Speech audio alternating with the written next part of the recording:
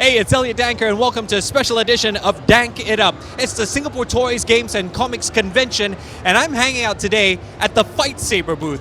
Lots of things happening on the show. In fact, we've got a special guest. He's the Senior Vice President of Creative and Creator Development. His name is CB Sobolski, and the two of us are going to be taking on the Dank It Up Challenge. In fact, I'll show you just why I deserve to work at Marvel. Excuse me, Jedi 1 and 2, I'm filming a TV show here. Do you mind? Fracking Jedis?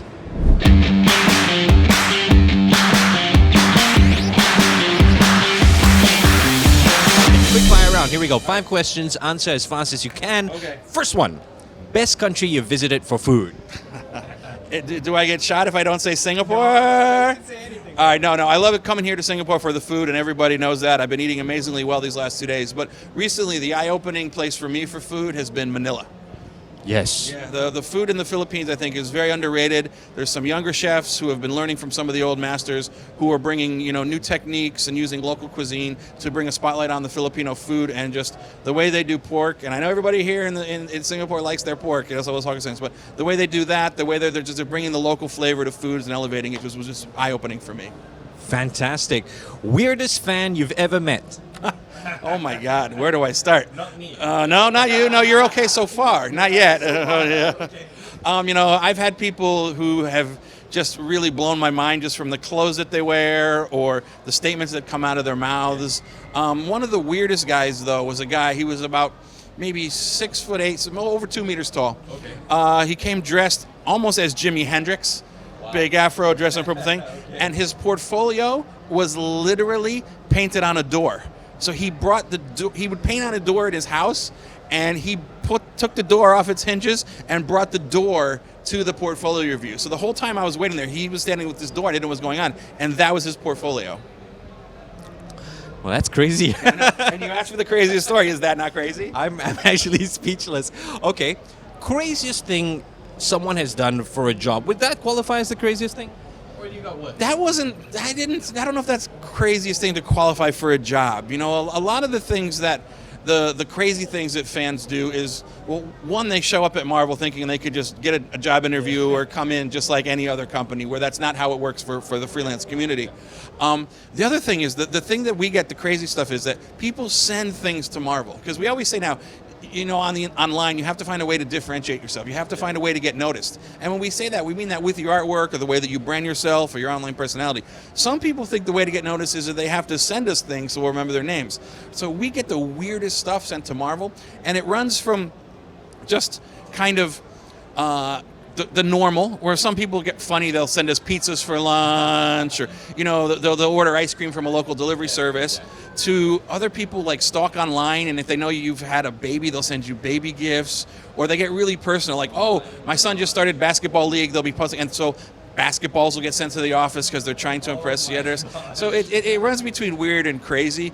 And a lot of people send booze. They send out, oh, if we liquor up the editors when look at my portfolio.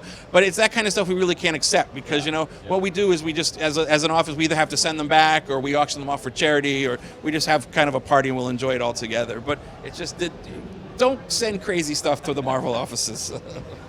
Booze is okay, but you gotta admire them for their passion. I do. Your portfolio is enough. If you weren't in comics, what would you be doing for a living? I'd probably be working in the food industry, either be cooking as a chef or running a restaurant or doing food, marketing, something in food. But I really think I probably would have gone into the chef role. Last one, tell us about a project that you're working on right now. It's tough. I've got so many cool projects I'm working on. One of the cooler projects I can't talk about is we're launching 2 new comic series in China with new Marvel heroes, Chinese Marvel heroes, written and drawn by local creators. The other thing I'm doing is I actually getting a little bit more back into writing. I'm going to be doing a new food and comics related project, a little bit secret, but I can say that Singapore will play a small role in the comic. The food industry here is so dynamic that I will be bringing that into the comic.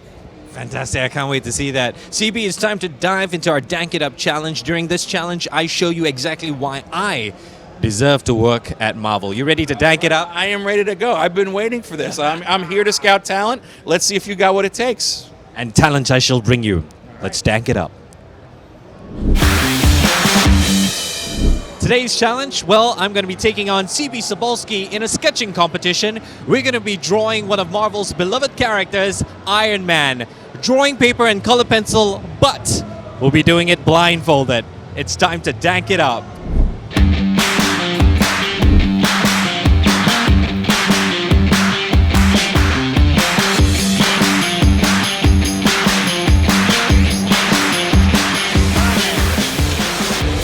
Blindfolds off. Hey! Wow! I think we had similar thought processes. Hey, there you go. I got the stickman thing going. This is mine. At least I got the arc reactor. It's the very definitive, representation of Iron Man these days. I guess this is good enough to work at Marvel. I think you got a little way to go. You got the figure down. You got the colors in the right places. I think it's a start. Okay. Well, I'll keep trying and sending you stuff. Maybe you should think about being a colorist more than a penciler. At least you got that right. Yes, at least I got that going. Well, CB, what's up for you for the rest of the year? The rest of the year I've got a couple exciting projects happening around Asia. A couple more Comic-Cons. We've got a big Marvel Creative Summit in New York City that I'll be going to. That's a lot of fun with a lot of our writers, and it's just really going out there and promoting Marvel. We've got Thor the movie, Thor Ragnarok coming out later this year, leading into Avengers next summer. So it's just a matter of reminding people, hey, these movies are in theaters, but once you leave the theaters, Marvel's available for you 24/7, however you want to interact with the brand, be it through comics, through animation, through toys. We're there for you. So Plus, I'll be working for you soon. hopefully in some way, shape, or form, right? CB, thank you so much for being on the show. And this is what we do for all our guests. Congratulations, CB. You are now danked up. Thanks. Is this like I'm now a member of a secret club or an army? Absolutely. You're part of the Cool Clan. Is this like Hydra? Am I like a Hail Hydra? Shh. Hail Hydra. Hey, thanks for watching. If you liked the video, give us a thumbs up. Or you could hit the subscribe button to check out more videos from Dank It Up. For all the previous episodes, just check out the box at the top corner. Stick around for more episodes of Dank It Up.